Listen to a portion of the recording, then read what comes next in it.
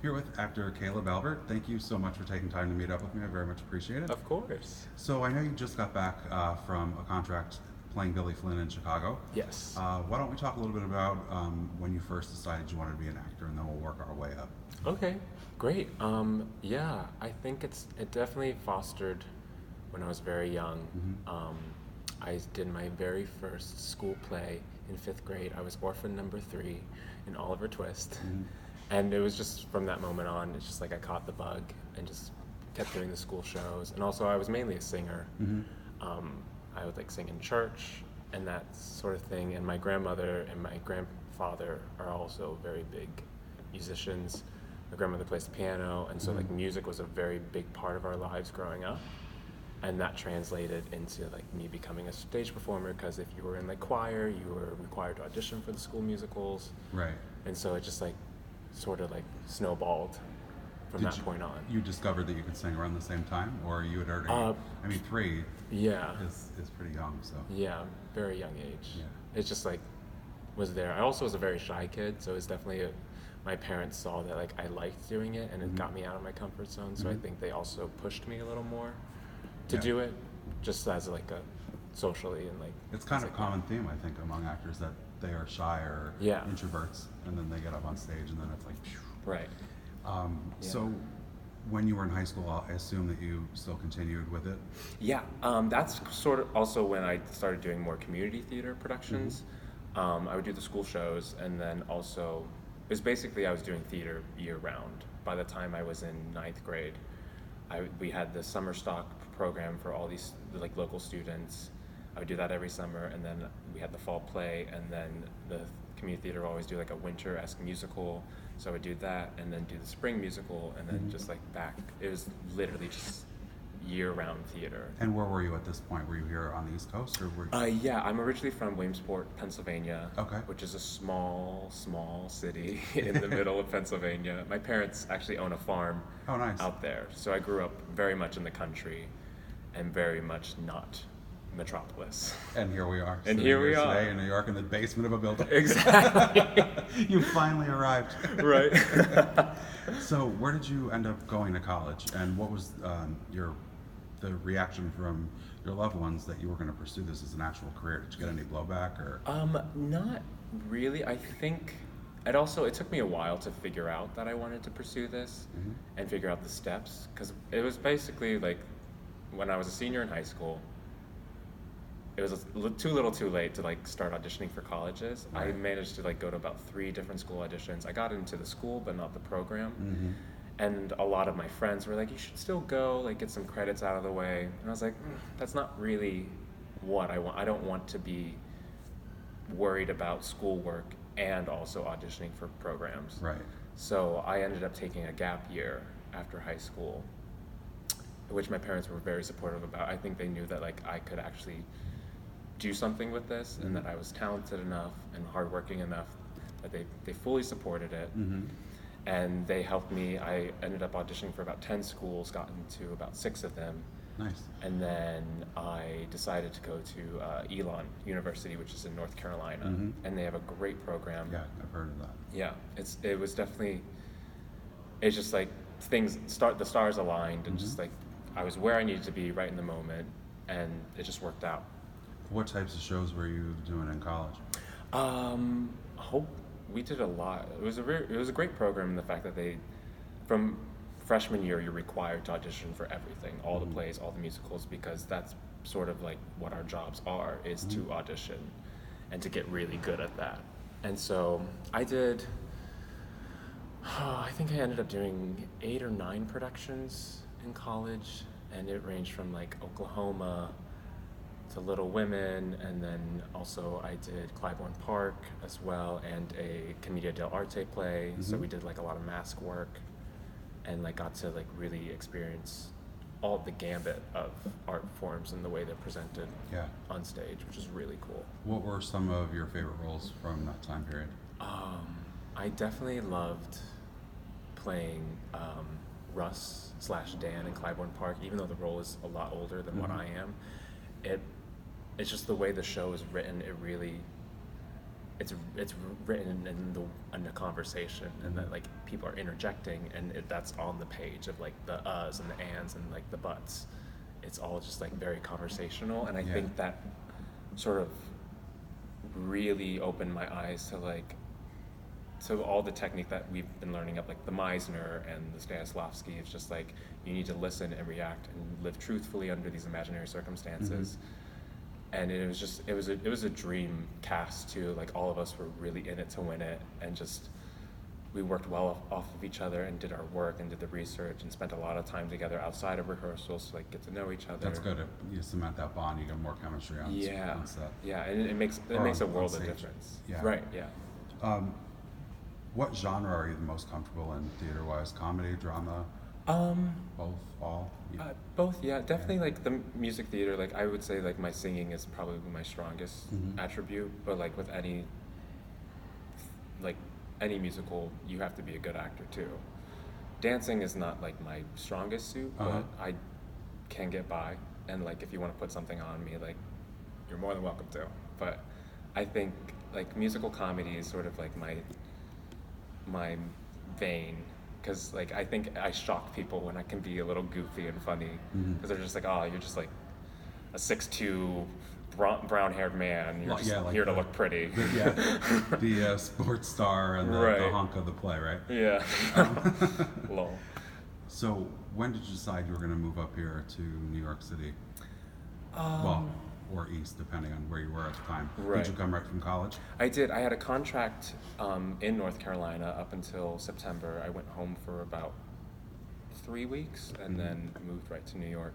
I've always wanted to live in the city. I think it was that very like American dream farm boy wants to move to the Big Apple, and it's always like we would come here on school visits and be like, I would say I'm gonna live here, and then it's just always been in the back of my mind. I don't think there was definitely a moment where I was like, this is what I'm doing in my adult life. Right. It's just like this is what was always intended to happen. I would guess, though, going to North Carolina first, you were out of the whole farm boy type mindset by that point, right? Oh yeah. Yeah. Yeah. So you were ready for the Big Apple? Yes, absolutely. Was it ready for you, though? That's the question. I don't know. You're still waiting to find out. Right? Still worrying, figuring that out. What was the first professional credit that you got here In New York? in New York? The first like big thing that I did, I was in the Radio City Christmas Spectacular last year. That's right. Yeah. I saw it. Yes. Wow. Yeah. You were on my side. That's how I remember you. Oh my gosh. Wow. I interviewed Vincent Oh, okay. as well. But Yeah. yeah, you were on my side ringing your bell on the... Yeah. That's amazing. In the show, you weren't right. Oh yeah. No, I got you. I picked up Awkward. what you're putting down. Yeah. What was that experience like, having that be your first big thing? And I mean, that's like a ton of shows a week. Yeah, it was a lot of, I mean, even my track was very tame compared to what other people were doing, but it's a lot of work. It's a lot of meticulous work, which, especially because I was a singer and like that's my bread and butter. It's just like I love like the harmony stuff and like really getting like all of the dynamics and like just making it like perfect. And that's, I live for that, especially with singing. It's just like it's so nice to like blend with a company. So it was definitely a lot of work and a lot of shows per week, but I love Christmas, and it was truly magical. Like the moment we stepped in for tech, they were already starting to do the nativity scene, so like the entire ceiling was covered in the projected stars. And it's just like, I think I started to cry a little bit actually, because it's like, this is like sort of the moment that you've been dreaming of, and like it's not Broadway or a movie or whatever, but like this is a really big event happening in your life. And some people, like, I'm about to do it for a second year, so like I don't think the magic's gone away, but I can see it sort of dissipating after a while. But like it was just like the little kid in me who was like, Well, yeah, absolutely. was truly Did astounded. you have a ton of family that came in to see it? Yeah, actually my high school, like where I went to school, bussed in two Oh, different that's groups of crazy. people. To, Did like, they have you do a talk back after? No. I ended up going home at the beginning of summer and chatted with a couple people. I think it's just because up till the point where I was in high school, no one had really pursued performing, and I was kind of the first one. And now, like, since I've done that, so many people from it, because there's a lot of talent that comes from my hometown. It's this small rinky-dink school. Like, I graduated with like maybe 140 kids, but like, you can still find like the most amazing talent from those places, and it's just like you need to realize that like someone who came from the same situation that you're in Right. is doing it and finding success in their own way, and it's just like it's more than possible that you can do it as well. How did Chicago come about? That was actually very random. I wasn't planning on leaving at all for the summer. I was like, I'm gonna stay here and just like get my life together. But I saw it on Playboy, like looking for Billy Flynn, sent in video clips, headshot and resume. And so I sent it in, and I totally forgot about it. And I was actually on vacation in Atlantic City, and I got an email, and they're like, we'd like to offer you the role of Billy Flynn in Chicago at the Winnipesaukee Playhouse. I was like, Wow. oh, wow. And it was like, you start next week. I was like, okay, great. You're like, okay, now I'm going to throw some more 20s down because I can afford it. Exactly. Yeah. So that it was all very much just like it was. I think someone was lined up to do it, but unfortunately, like extenuating circumstances happened. Unfortunately for them, not for you. Not for me, no, because it ended up being You shouldn't have taken that crowbar to their family members. right. Sad. So, did you have the confidence that you could play Billy? I mean, that's a big role. It skews older than you are. Yes, definitely.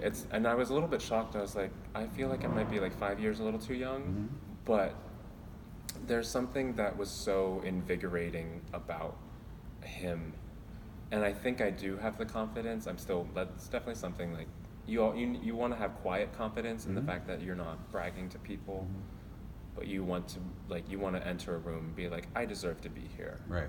And I think I definitely have that. But with Billy, he runs the world. He knows every move to make. He knows every game to play. And he's very charming, and everyone loves him, but there's still that little bit of ickiness to him, and that's the aspect that I really had to find, was just like, you love him, but there's just something a little bit off. And so like a lot of that had to come about like physically and just like with the way I would talk. And we definitely presented it a little bit differently than what's happening right now in the Broadway revival. Ours was very much harkened back to the original concept of like, this is a vaudeville show. And so there were a lot of different aspects, like Razzle Dazzle was a complete circus act. We had stilt walkers and jugglers and sword swallowers and contortionists. And it was amazing that this playhouse in New Hampshire was able to find that kind of talent and with those skills. What was the reception like to you portraying the role? Did you have people come back and come up to you afterwards and compliment you and do the whole signing of the playbills? None of this. Well, it was also just like very like casual. Casual, like, chill, we tried to like go home, Yeah. get some rest, and come back the next day. But I definitely, I mean, people would spot you walking around town, being like, "You were amazing." And the biggest compliment, or the most consistent compliment, was like, "What a voice," and that's always been, because I feel like, yes, I can sing, but I've never felt like I was extraordinary compared to everyone else. And your voice probably gets lost when you're doing the Christmas spectacular because you're singing with a multitude of other people. Yeah, when you're in an and you're ensemble harmonizing, setting. so you all sound like one voice. So. Exactly. Yeah, that's more of a collaboration, and then when you get these breakout roles, like that's really when you get a chance to show off. And when do you start rehearsals for this year's? We start October 10th. So are you gonna take it easy and rest up for? Kinda. I'm gonna do some like odd and end jobs here. I also I work for RWS Entertainment Group, and I do their backup tracks that they do for their cruise ships and things like that. So we go out to Hershey. It's like a nice little. It's a working vacation pretty much, but it's like I'm still singing ensemble stuff, and we record for a day for their shows, and then come back to the city. Oh, cool. Yeah, it's a nice little excursion. Now you've had actually all of your work, if I'm not mistaken, is theater based. Are you interested in looking for television work and film work here in the city? Yeah, since there's so many opportunities. Yeah, I definitely would love to. That's definitely something that I'm not as well versed in to audition for, because I'm currently like doing the pounding the pavement thing. I don't have an agent. I'm not part of the union yet, and so like I know how to navigate that world. In the film world, I've been a part of. Like at school, I would do student films and things like that, but I haven't done anything like that's the next level. Right. And so I think it's just like finding the right mentors to like help me steer through that. Right. Well, I always joke with all the actors, you're not a real actor until you do a Law and Order and a horror film. Exactly. So when you do those two things, you come back to me and we'll have a real discussion exactly. about acting. What sort of roles would you like to go up for in a television setting or film? Would it be something completely opposite of what you've been doing to challenge yourself a little bit more? Yeah, I definitely, I always say like I feel like I would thrive on like a CW kind of thing, like either like the superhero shows or like the Riverdale kind of thing. Just something that is just like, it's heightened but not to the point where it's like comedic. Yeah. And so, yeah, definitely some, like just so like, what am I trying to say? More of just like a pinpoint on a moment in life. Like there's nothing truly extraneous about it. Yeah. Now you're coming up in the industry at an exciting time for younger actors because there's such an advent of platforms to get work on and to put your own work out. Yeah. Is that something you're also interested in? Do you have any aspirations to do that? Yeah, I definitely dabble a lot in writing. I have several projects that are like mix of just like original shows and songs and things like that. And my parents always say like you just need to be like Lin-Manuel, write your own stuff, and you'll be fine. And then she's like, it just takes one song to get somewhere. That's great that your parents are still supportive. Oh yeah. And I mean they should have been because you've been working consistently. But sometimes to have a parent encourage you and drop a name like Lynn is a big deal. Yeah, definitely. It's very cool, especially because they're also from like the podunk town. Yeah, so they're the proud parents. Yeah. Like, oh yeah. This is my son. He's working right here in New York. That's cool. Yeah. So what else do you do in your free time then? Is there anything you like to do to decompress? And yeah, I walk a lot. Yeah. It's just I feel like that's also when I do my best thinking. I always carry my journal around.